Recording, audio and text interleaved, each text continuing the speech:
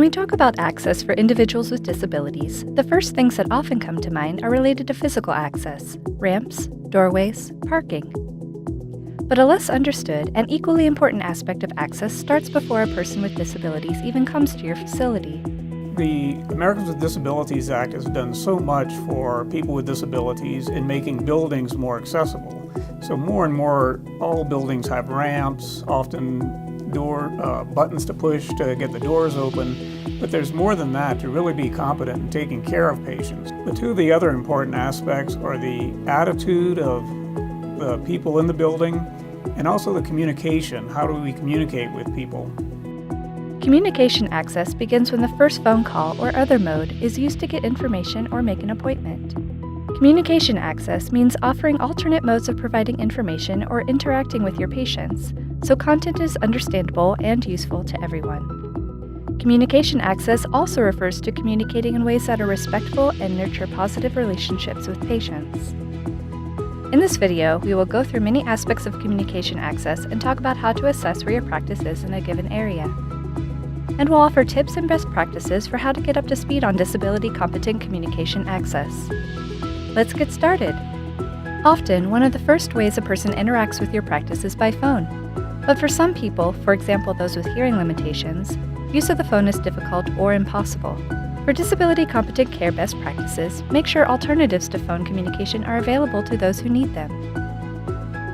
These might include email, forms built into your website, or text. Another option is Relay Colorado, a free service that allows people with hearing or speech loss to communicate with standard telephone users. A guide is provided in the resources accompanying this video. Make sure your website is compliant with the requirements of Section 508 of the Rehabilitation Act, which ensures equal access to electronic and information technology.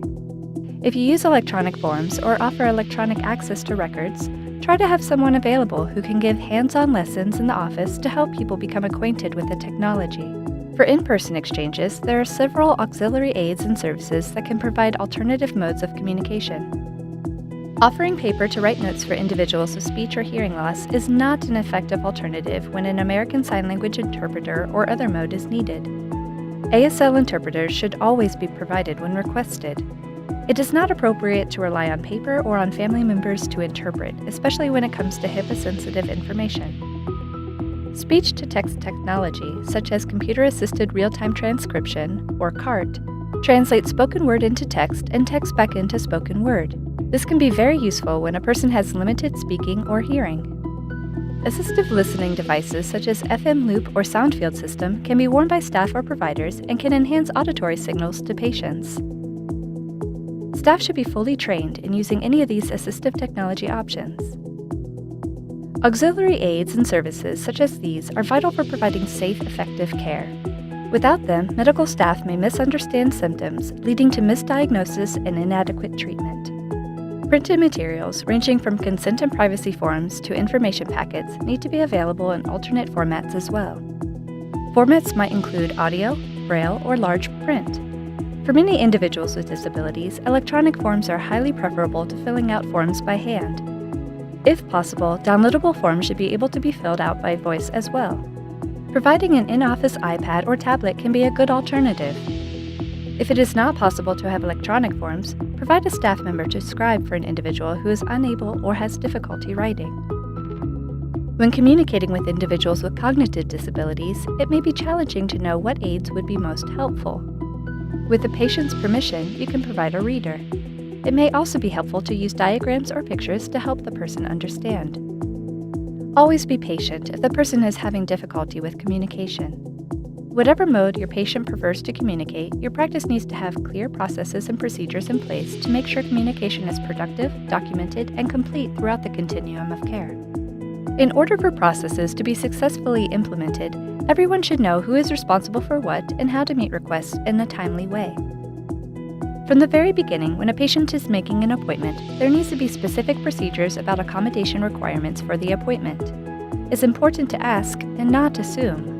For example, does a person need help getting on and off a table, walking, filling out forms, reading, sign language interpreting, getting to or from the appointment, or to have minimal waiting room time due to anxiety or PTSD?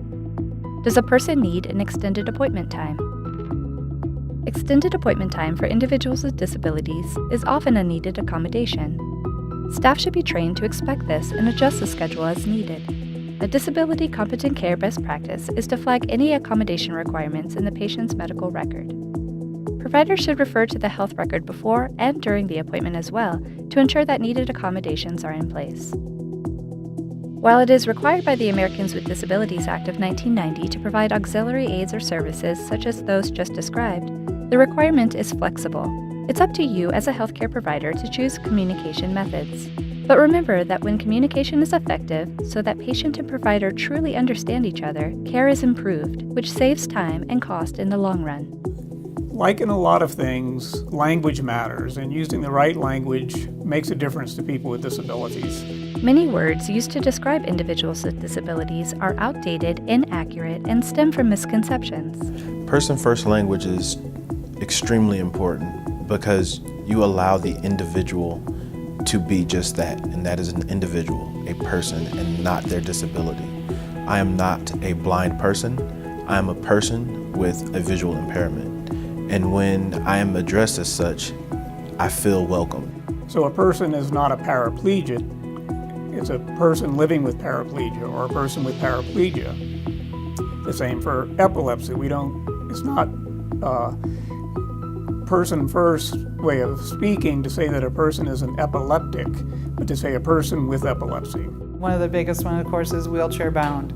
No one is bound to the wheelchair. You don't see them duct taped to the wheelchair. They move out of the wheelchair. They do what they need to do. They get back in the wheelchair. The wheelchair is just their way of getting around. A good practice for respectful communication when in doubt is to ask individuals what words they are comfortable with regarding their disability.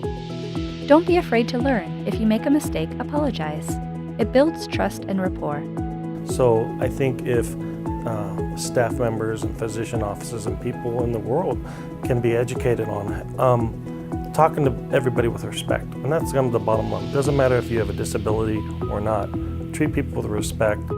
A cornerstone of disability competence is regular training for staff members. All staff should be trained and encouraged to understand the importance of treating individuals with disabilities with respect and dignity. Part of that training should be for each staff member to assess their personal biases and comfort level when working with individuals with disabilities. It's also important for staff to understand how disability may affect the provision of primary care. All office staff should be able to communicate with patients in a disability-competent manner. A disability-competent best practice is to identify someone in the organization who is disability-competent to provide ongoing oversight and coaching to others. This video series and the accompanying materials are meant to give you information and tips. They're not intended to supersede the requirements found in the Americans with Disabilities Act of 1990. As you begin to assess and make changes in your practice, it is important to consult the ADA for precise requirements.